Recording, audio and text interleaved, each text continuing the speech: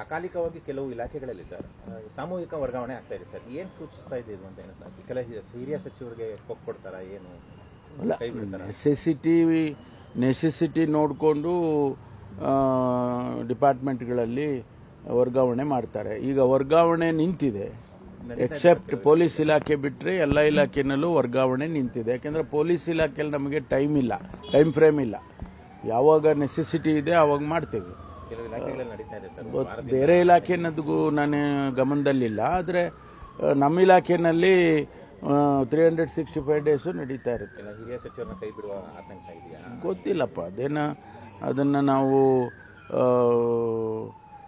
ನಾವು ಹೇಳೋಕ್ಕಾಗೋದಿಲ್ಲ. ಅದನ್ನು ರಿಷಫಲ್ ಮಾಡ್ತಾರೆ ಅಂತ ಮುಖ್ಯಮಂತ್ರಿಗಳು ಹೇಳುವಾಗ ಅದು ಅವರ ವಿವೇಚನೆಗೆ ಬಿಟ್ಟಿದ್ದು, ಹೈಕಮಾಂಡ್ ವಿವೇಚನೆಗೆ ಬಿಟ್ಟಿದ್ದು. ಸಹಜವಾಗಿ ಹೊಸಬ್ರಿಗೆ ಅವಕಾಶ ಸಿಗಬೇಕಲ್ವ ಸರ್? 2.5 ವರ್ಷ ಆದ್ಮೇಲೆ ಬೇರೆ ಆಕಾಂಕ್ಷಿಗಳು ಬೇರೆ ಕೇಳಿ ಏನಾದ್ರು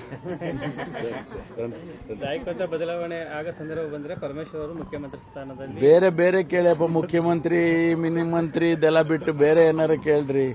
ಇವತ್ತು ಸರ್ ನಾನು ಬಾಗಲಕೋಟೆಯಲ್ಲಿ ರೈತರು ಕಬ್ಬು ಬೆಳೆಗಾರರು ಹೋರಾಟ ಮಾಡಿದ್ದಾರೆ. ಬಿಜೆಪಿ ನಿಯೋಗ ಹೋಗ್ತಾ ಇದೆ. ನೋಡಿ, ಅಲ್ಲಿ ನಾನು ಈಗಾಗಲೇ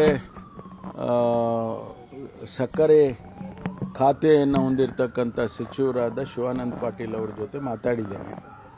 ಆದಷ್ಟು ಬೇಗ ಅದೇನು ಸಮಸ್ಯೆ ಇದೆ, ಬೆಲೆ ನಿಯಂತ್ರಣ ಮಾಡ್ತಕ್ಕಂಥದ್ದು ಅಥವಾ ಬೆಲೆ ಫಿಕ್ಸ್ ಮಾಡ್ತಕ್ಕಂಥದ್ದು, ಅದನ್ನು ತೀರ್ಮಾನ ಮಾಡಿ ರೈತರಿಗೆ ಸಮಸ್ಯೆ ಇದ್ದರೆ ಬಗೆಹರಿಸ್ಕೊಡಿ.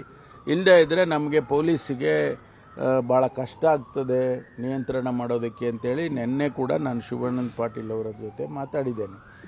ಅವರು ಕೂಡ ಅವರ ರೆಪ್ರೆಸೆಂಟೇಟಿವ್ಸ್ ಏನಿದ್ದಾರೆ, ಶುಗರ್ ಫ್ಯಾಕ್ಟ್ರಿ ರೆಪ್ರೆಸೆಂಟೇಟಿವ್ಸ್ ಏನಿದ್ದಾರೆ, ಅವ್ರನ್ನೆಲ್ಲ ಕರೆದು ಸತೀಶ್ ಜಾರಕಿಹೊಳಿ ಅವರು, ಆಮೇಲೆ ಲಕ್ಷ್ಮೀ ಹೆಬ್ಬಾಳ್ಕರ್ ಅವರು, ಶಿವಾನಂದ ಪಾಟೀಲ್ರು, ಮಂತ್ರಿಗಳೇನಿದ್ದಾರೆ ಅವರು, ಆ ಭಾಗದ ಮಂತ್ರಿಗಳು ಅವರೆಲ್ಲ ಕೂತು ಮಾತಾಡಿ ಬಗೆಹರಿಸ್ತೀವಿ ಅಂತೇಳಿ ನಮ್ಗೆ ಹೇಳಿದ್ದಾರೆ.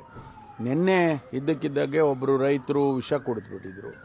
ಆ ವಿಷ ಕುಡಿದು ಆತ್ಮಹತ್ಯೆಗೆ ಪ್ರಯತ್ನ ಮಾಡಿದ್ರು. ಅವರಿಗೆ ಸೇವ್ ಮಾಡಿದ್ದಾರೆ ನಮ್ಮ ಪೊಲೀಸ್ನವರು.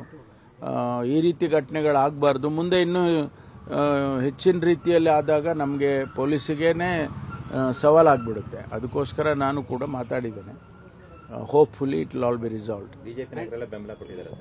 ಅಲ್ಲ, ಬಿಜೆಪಿಯವರು ಅವ್ರು ಮಾಡಲೇಬೇಕಲ್ಲ, ಅದು ಅವರು ಮಾಡ್ತಾರೆ. ಯಾಕೆಂದ್ರೆ ಅವರಿಗೆ ಇಂಥ ಅವಕಾಶಗಳು ಬಿಡ್ತಾರೆ. ಅವರು ಕುರ್ಚಿ ಕಚ್ಚಾಟದಲ್ಲಿ ಸರ್ಕಾರ ತೊಡಗಿದೆ, ರೈತರ ಸಮಸ್ಯೆ ನೋಡ್ತಾ ಇಲ್ಲ ಅಂತ ಆರೋಪ. ಅವರು ಅವರಿದ್ದಾಗ ಏನಾಗಿತ್ತು ಅಂತ ಸ್ವಲ್ಪ ಹಿಂದಕ್ಕೆ ತಿರುಗಿ ನೋಡಿಕೊಂಡ್ರೆ ಬಹಳ ಒಳ್ಳೇದವರು.